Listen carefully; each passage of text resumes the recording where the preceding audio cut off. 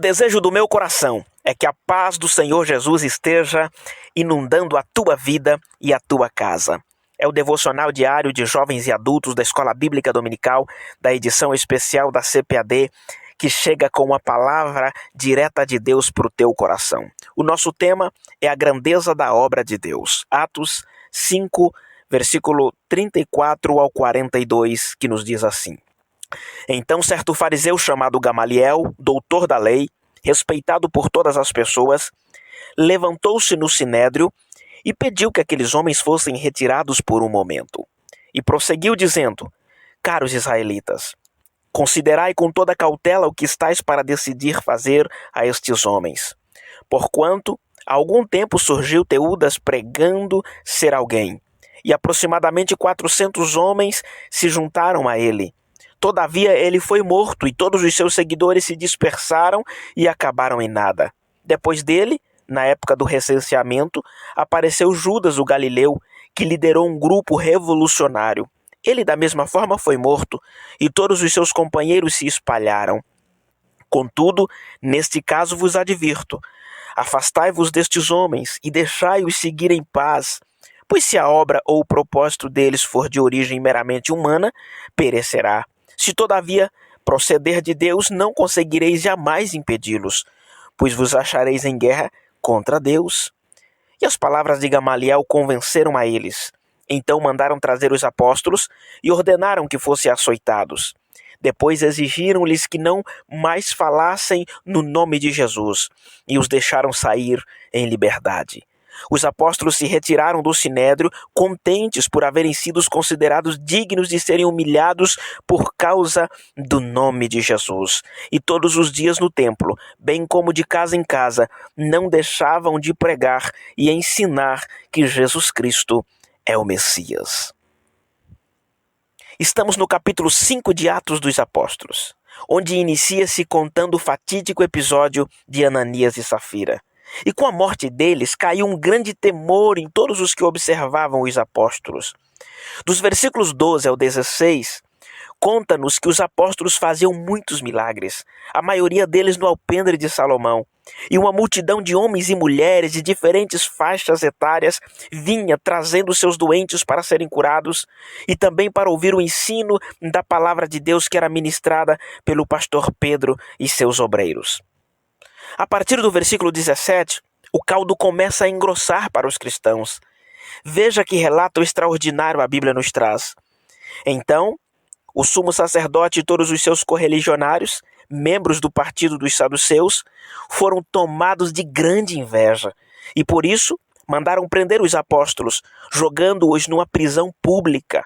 Todavia, durante a noite, um anjo do Senhor abriu as portas do cárcere, conduziu-os para fora e instruiu-lhes: Ide, apresentai-vos no templo e anunciai às multidões todas as palavras da salvação. Assim, ao raiar do dia, eles entraram no pátio do templo, como haviam sido orientados, e começaram a pregar ao povo. Do outro lado, chegando o sumo sacerdote e os seus companheiros, imediatamente convocaram o sinédrio, ou seja, toda a assembleia dos principais líderes de Israel, e mandaram buscar os apóstolos na prisão. Entretanto, chegaram à prisão, os guardas não os encontraram ali. Então voltaram e comunicaram: Encontramos o cárcere fechado com toda a segurança, as sentinelas nos seus postos junto às portas, mas abrindo-as, ninguém encontramos lá dentro. O que aconteceu aqui? Pedro e seus obreiros estavam recebendo mais atenção e respeito do que aqueles líderes religiosos, coisa que eles jamais teriam recebido.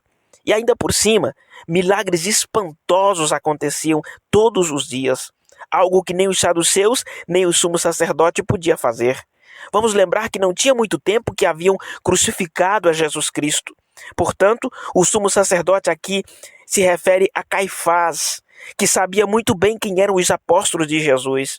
Eles ficaram com tanta inveja que lançaram mão dos nossos irmãos e os puseram numa prisão pública, pensando, claro, que com isso iriam silenciar os pregadores do Evangelho.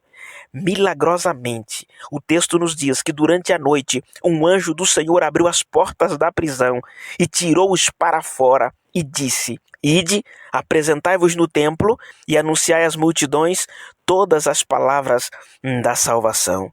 Já pensou a ironia de tudo isso? Os saduceus não acreditavam em anjos e os apóstolos receberam o livramento exatamente através de um anjo. De manhãzinha, eles foram para o templo, assim como o anjo orientou. E geralmente logo cedo o templo ficava repleto de gente que iam para orar e adorar a Deus ao nascer do sol. Imagine aqui comigo a cena. Caifás, o sumo sacerdote, marcou uma reunião bem cedinho, com uma equipe de saduceus, os oficiais e os anciões, e mandou que alguns guardas fossem na cadeia buscar os apóstolos para serem julgados nessa reunião. Chegando no cárcere, ao se dirigir à cela onde estavam os irmãos, não tinham ninguém lá dentro. Claro que deu um nó no cérebro deles, e pensaram: como assim? A porta da cela está fechada, os guardas devidamente posicionados a noite toda diante das portas. E embasbacados com o que viram, tiveram que admitir: certamente foi um milagre de Deus. Os soldados voltam para o local da reunião, estupefatos. Enquanto tentam explicar o que viram, eu creio que ainda gaguejando, alguém os interrompe e diz: escutem, por favor. O quê? Os homens que vocês prenderam estão lá no pátio do templo ensinando o povo. O versículo 26 diz que o chefe da guarda do templo e seus homens foram ordenados a buscar os pregadores e, ao trazê-los, os colocou em frente ao conselho. Caifás, o sumo sacerdote, os advertiu que não pregassem mais em nome de Jesus, até porque ele sentia-se ofendido e muito irritado quando os seguidores de Cristo diziam que foram os religiosos quem levaram Jesus Cristo à cruz. Veja na sequência a coragem daqueles homens de Deus. Pedro, que não tinha papas na língua e cheio de autoridade do Espírito Santo, imagina, respondeu para todas aquelas autoridades: nós devemos obediência a Deus e não a vocês. E continuou: foram os senhores quem crucificaram o nosso Mestre Jesus Cristo, mas Deus o ressuscitou dos mortos. Olha só, ele aproveitou ali a situação para pregar para aqueles homens insensíveis. Aqui para nós, será que teríamos a coragem de falar a verdade assim, na lata, mesmo correndo risco de morte? Quando os membros do conselho ouviram Pedro e os demais falarem estas coisas, ficaram tremendo de raiva, ao ponto de resolver matar os apóstolos, assim como fizeram com Jesus Cristo. E é aí, exatamente aí, que entra a nossa leitura de hoje. De repente, se levanta uma voz solitária em defesa dos apóstolos e do Evangelho de Cristo. O nome dele? Gamaliel, o professor de Saulo de Tarso, o mestre da lei, um homem muito respeitado por todos, levantou-se e disse: cuidado com o que vocês vão fazer com estes homens. Em seguida, ele deu 2 exemplos de Teudas e Judas o Galileu. Ambos foram líderes que se levantaram e depois que morreram, os seus seguidores debandaram, sumiram. Os versículos 38 e 39 mostram a sugestão do sábio Gamaliel. Ele disse: contudo, nesse caso, vos advirto, afastai-vos destes homens e deixai-os seguir em paz. Pois se a obra ou o propósito deles for de origem meramente humana, perecerá. Se todavia proceder de Deus, não conseguireis jamais impedi-los, pois vos achareis em guerra contra Deus. O conselho de Gamaliel venceu. Eles concordaram em liberar os pregadores. No entanto, antes o versículo 40 nos diz que eles açoitaram os nossos irmãos com o castigo aplicado aos criminosos da época, que fazia com que o prisioneiro, depois de amarrado, era forçado a se ajoelhar. A seguir era golpeado com um chicote de 3 tiras, onde para cada golpe que ganhava no peito, ganhava-se 2 golpes nas costas. Antes de liberar os apóstolos, deram uma ordem tola para eles, para que não falassem mais no nome de Jesus. Mas veja o que nos diz os versículos 41 e 42. Os apóstolos se retiraram do sinédrio, contentes por haverem sido considerados dignos de serem humilhados por causa do nome de Jesus. E todos os dias no templo, bem como de casa em casa, não deixavam de pregar e ensinar que Jesus Cristo é o Senhor, que Jesus Cristo é o Messias. Oh, glória! Veja o que o exemplo desses apóstolos ensina a igreja e os obreiros do século XXI. Quando temos convicção da nossa chamada, as ameaças do inimigo não nos amedrontam, não nos faz parar de jeito nenhum. Podem conspirar contra a igreja, podem criar leis que ferem os princípios divinos, podem caluniar o povo de Deus ou até mesmo nos perseguir de forma explícita. Mesmo assim, onde estivermos, temos que falar de Jesus Cristo. Eu lamento admitir que um grande número de cristãos em nosso tempo, mesmo sem ser perseguidos, como os discípulos e os apóstolos estavam sendo nesta ocasião, não falam de Deus para as pessoas, têm vergonha de evangelizar, falta ousadia para anunciar a salvação. Imagine diante de uma perseguição intensa, então. Somos gigantes nos púlpitos das igrejas, fazemos bonito entre quatro paredes, e às vezes até mesmo para exercer algo para Deus em um templo, muitos desanimam com facilidade por achar que a liderança não é boa ou por ter ouvido alguém falar mal do seu trabalho. Com todas as vantagens que nós temos para cultuar a Deus, e mesmo nos templos damos desculpas para não ir nos cultos. E quando somos cobrados pelas lideranças, pelos pastores, exigimos que eles venham até nós para nos levar para a igreja, cobramos as suas visitas. Eu estou falando demais? Presenciamos isso constantemente, principalmente em tempos de pandemia. Podemos dar a justificativa que nós quisermos agora, culpar o pastor ou quem quiser agora, mas o evangelho é mais que isso, e Deus vai nos pedir conta disso sim, com certeza. Ei, vamos mudar essa realidade? Que tal começar agora? Assim que terminar esta mensagem, a próxima pessoa que você conversar e que ainda não tenha decidido a Cristo ainda, pregue o evangelho a ela, fale do imensurável amor de Deus. Eu tenho certeza que você vai ser surpreendido ou surpreendida. E quando for fazer alguma coisa na obra de Deus, faça com alegria, faça com entusiasmo, deixe as picuinhas para trás. O reino de Deus é bem maior que estas coisas.